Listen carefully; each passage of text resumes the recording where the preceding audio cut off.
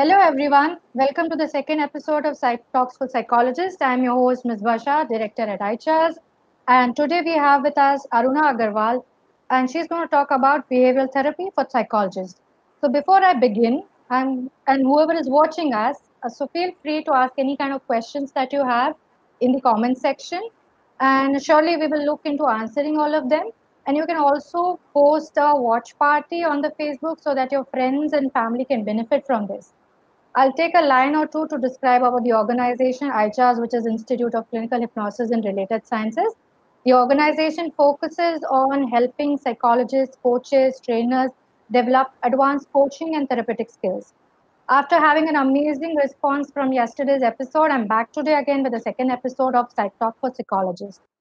I'm going to give you a brief introduction about Aruna. Aruna is a founder of EBA Psychological Center in Mumbai. She's done a master's in psychology and she is a counseling and a child psychologist and a behavioral analyst. She has a preschool setup and has an experience of 17 years into education of early years. She has been able to give foundation to more than 6,000 plus students. She's been able to give language to nonverbal kids, and apart, she also practices relationship counseling. So, welcome, Aruna, on Psych Talks for Thank you Psychologists. so much. Thank you so much, Misbah. It's a pleasure to be here with you. Yeah. Yes, So Aruna. So, I'm yeah, sure, go ahead. Go ahead. Aruna. Yeah. So I'm a founder of preschool in Powai, Mumbai. I've been practicing there. I have my psychological where we have a team of psychologists working with me. So yes, now I'm quite passionate about my subject, so I'm really glad that I am a part of your group here. Thank you so much. Yeah, yeah. Aruna, since it's your expertise in behavioral analysis, and you are a behavioral analyst, I'm going to start with the first question that tell us about what is behavioral analysis or what is behavioral analyst. So, Visma, there are different type of behavior therapies which are being used by psychologists everywhere. So, we know quite a bit. We all know about CBT and all that. I'm a Yes. counseling psychologist and I also studied ABA. So, I follow the principles of applied behavior analysis in my practice. So, applied Okay. behavior analysis is a very systematic science based which at our center. So it also focuses on the behaviors which are socially signified. They have social significance, so we work on all those aspects with the social significance, because every behavior, we understand that and work on those behaviors which are more socially significant, having social significance. And because behavior have lot of variabilities, they Mm-hmm. are different. You will be behaving in a very different way when you are in a when you are at home, when you are at office, you will behave differently. Every one of us variabilities even in our behavior, so we understand that. And we where the behavior need to be modified, the whether the behavior is socially significant or no, so we understand that and we work on it. So Okay. first part is social significance, which is very important. Sure. Can you brief us on that? Yeah. So for example, child. If we take an example of of a child, so child, sometimes we see in the early years they pick up hitting or pushing, all these habits. They pick up these behaviors, and these are not socially significant behaviors. So we have to see where the child may harm himself or herself, or maybe to others. So we understand that and we work on those behaviors which can be self-injurious behaviors. These are SIBs, we call self-injurious behaviors. So first we tackle these behaviors, then going to other part of the thing. So behaviors are an important part even for children, even for adults. So everywhere, even as adults also, we are having certain behaviors which are not appropriate. So which we realize when we go to our workplaces, or at different areas where they uh, are not very helpful. So we need to also modify these behaviors. Right. So, Aruna, uh, I would like to ask, what would be how important do you think is behavioral analysis as a modality See, behavior since you're analysis is a very practicing? important. Yeah, behavior analysis is, according to me, we are all social beings, yes. So we all have Yes. behaviors. We all portray behaviors, different behaviors, which are now sometimes me, you, I'll be. So every one of us will have our own set of behaviors through which we become it becomes our personalities. So we have to understand about the aspect of this behavior, where it is coming from, how, if I'm, say, for example, if I am not able to adjust, I'm in a public setting, why I'm not able to do so, we go to the root cause of it. So we work on those root causes to eliminate these behaviors. So these are a lot of strategies where we are using, and that's how we improve the behavior. We've set a goal, we set a target, and then we work on it. So, can we say that you're using behavioral analysis as a tool for diagnostic as well as therapy for the person who's come? Yes. Since So you're it is like a tool. recognizing the Yeah. root cause and you are Yeah. doing So necessary changes also. intervention, yes. So I'll Yes. give you an example now. Sure. What happens if you are in a lab setting? Okay, when you are in Hmm. a lab setting and you are doing an experiment of chemistry there, so you need to Hmm. understand about all the chemicals which you are using, the properties of it, where, then the, so everything we need to understand, and then we start working on the experiment. So here also, when we are working on a behavior, so we will look Hmm. at various aspects. So the various aspects can, once we are here, is coming experiments which have happened, because it is a very scientific and data driven times that the experimentation has already happened, because it's more than 50-year-old, the science. So we understand, looking at the facts, experimentation is always there. We keep on experimenting on this. We take the data and we understand, okay, whether the behavior is going increasing, if we want to increase the behavior, whether the behavior is increasing, and if we want to decrease, whether the behavior is decreasing. So if we want it to increase, so we will use those strategies. If we have a behavior which is inappropriate, so we will those strategies which are decreasing the behavior. So, so if we may understand, what are the kind of parameters that you keep in mind while you are working with the client with you said applied behavioral analysis is what you practice. So can you give us a brief of what parameters that you keep in mind while working with the with the client so that the other colleagues of ours can benefit or learn out of it if they also See, wish to when we practice. yeah, so when we get a client, we first find behaviors which we need to change. Okay, so when we take a baseline data of a client, so we understand, okay, the child or a person is here at this level, and now we need to increase the behavior. And how we will increase? So we use a lot of reinforcement schedules there. We use for the increasing of behavior. If it is a decreasing behavior, there are certain procedures decrease the behavior. Now, reinforcement schedules also, there are a lot of strategies in it, because I think it is very difficult for me to explain in a very short term. But then there is a positive reinforcement, there is a negative reinforcement. How? So everything, what is the quantity I have to give?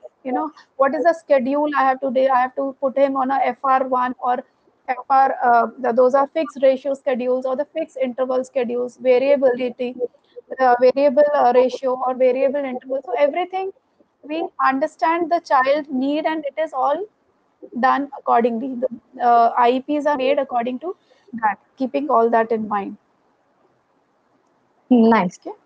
So I'm Yeah. So quickly basically, going to, yeah, tell me, tell me. yeah, so basically, You if there's a continue. reinforcement schedules, yeah, reinforcement, we do encouragement. It can be through verbal praises. It can be, so there is a preference assessment which happens for each child. Even we understand, okay, what is that is motivating for the child.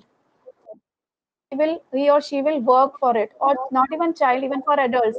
Now, if I'm getting, at the end of the month, I'm going to get a salary, I will work for it.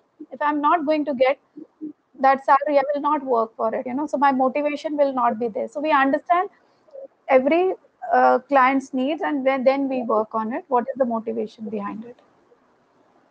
Sure. So yeah, that's really a wonderful explanation about how you go about doing the process in behavioral analysis. Aruna, quickly, I'm going to check on the people who are watching us live, and we are going to say hi to all of them.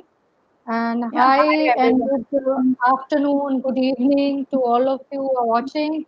And I'm sure somebody has put across the question, Deepali, and she is asking how to recognize the root cause with respect to the modality of behavioral analysis. So, can we have a, Yeah, so for yeah, children, the behavior can be, when we talk about rules, so there are various reasons. Now, some children do a lot of things when it is attention based. So, behavior can be, we understand, okay, this behavior is coming because the child needs attention. Okay. So, when we are doing behavior modification, we need to understand, we when we do the observations, we understand that this is attention based behavior, or when this is a escape based behavior. So when I'm giving a work to the child, he's running away from it, he's showing the behavior. That time he can start in, something like a head hitting or running away, because he doesn't want to do that particular task. So on task behavior, when we are observing, so whether it is attention based or escape based, or he needs something, so he need access based. So access also, sometimes they need, like it can be, there is something in the room which the child needs, a toy or something, so he would not like to do it because his attention is there and he wants first that and then we do it. So how to use that particular toy here as an info. So first we understand, when we are doing the observation, we are understanding all these things. And then there are some children who will have sensory needs. So we understand, okay, whether if it is a sensory need, that is the reason he is not able to complete his task. So we will understand there are five more, that is attention, escape, sensory, and also about the access base. So we understand these four needs, and then we make plans accordingly. sure. I'm sure Deepali, this is the question is answered by Aruna. Aruna, I'm going to head to the next question, and it's going to be how would one use uh, behavioral analysis in their current setup? Like the co-colleagues of ours, the psychologists who are practicing, if they had to use with their current practice behavioral analysis, how can they, merge it or integrate it? Yeah, so it, behavior analysis is a subject in itself. Okay, so when they are trained to do so, they will be able to practice it, they will be able to understand it. But I'm just giving you whatever right now is a very brief introduction of the subject, so that they are able to understand, because there are different strategies which go in a very systematic and scientific way. Okay, so how, as I told you initially, that if the reinforcement is to be given, whether the reinforcement has to be given one time or two times, or in a variable schedules, or in variable intervals, so whether it has to be, so all these things, the strategies have to be planned for each child or each person, and then we can give it to them. Okay. Okay, And okay, in the current setting, now if I'm using behavior, so there, like, because I'm trained, I have been working with children. So when I look at a client, I understand this particular child will is, the baseline data, when we are observing that, we understand this child is, uh, he will he is his first we work on the sitting tolerance of a first child. Right now I'm talking to you about children, okay? So when we are working on children, so we say, okay, whether the child is able to sit for a longer time, or if, how the sitting tolerance, if it is 5 minutes, so my target will be to make him sit for another 10 minutes, and that gradually increase. So how I will do, I will start using reinforcers, whether, you know, so there is a schedule which we will do, and we make we plot graphs, and we understand, we take data. Now then we are able to understand within a week's time or 10 days time whether the graph is going up, the sitting tolerance is increasing. And then we once the sitting tolerance is increased, then we start working on them one on one with other things. Then we start with them with their academic skills, or their motor skills, or whatever we want to do with them. Then we start the next. First is the sitting tolerance. Then should be no behavior which is coming in between, not interfering in between because unless and until you do not take the control of a behavior, they will not be able to learn. So learning process is, when behaviors are there, it interferes the learning process. Right. Okay, Arnav, there's one question. Somebody has asked about if you can give us an insight on evolution of behavioral therapy. Yeah. So behavior, we have these behavior analysis has, you know, we have lot of calculations. Every day data is taken. Now this is, if I'm working with the child, how many times a child is you know, what is the duration of the child today he is sad. So we use tally marks, we use all those procedures where, okay, yes or no sheets are there, so we understand, okay, today the child was able to sit. So if there are consecutively the yeses are coming, then we mark it, okay, the child sitting tolerance was there today for 5 minutes. Then tomorrow I'll take, okay, the child was able to sit for 7 minutes, or it reduced to 5 minutes again. So if it is gone to 5 minutes, what was it that it went to 5 minutes? So every small detail in the is taken down, and based on that, whether the intervention has to be changed, we need to put in some more into it, or we need to take out certain things. So we work on it accordingly. Okay, I hope it okay. answers the question. Yeah, so I think he had asked about evolution of behavior therapy.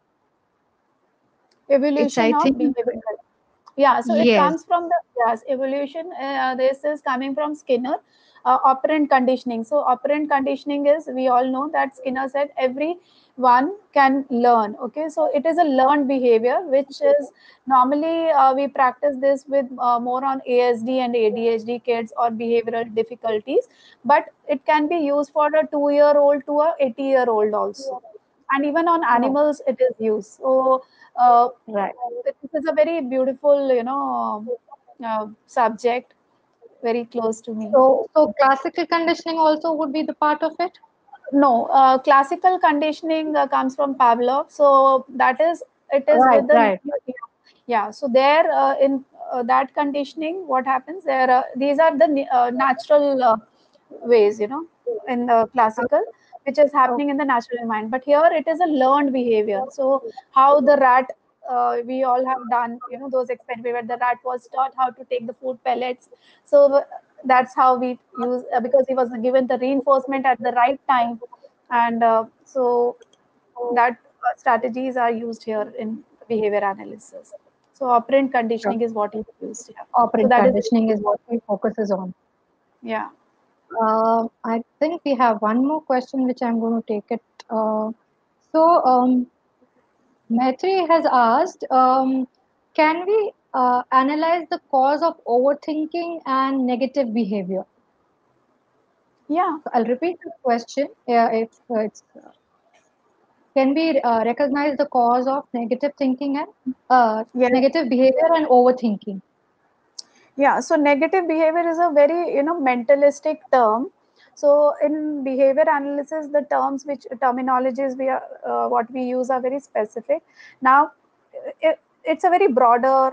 When we talk about negative behavior, there can be a lot of negative behaviors. So we have to first understand what is the behavior. negative, if you're saying what is the particular behavior which we are targeting. Overthinking. Okay, why overthinking? Is it something in the environment which we need to change? So we understand the setting. See, we behavior is different, as I told you initially also. It is in settings, it is different. With different set of people, it is different. In environment, different environments, it will be different. So where it is coming from, so there is a very detailed analysis. That is the reason we say behavior analysis. A detailed analysis of each behavior is taken. Okay, so when Sure. we are taking detailed analysis, then we are able to reach the root cause, because you will have to make a lot of questionnaires.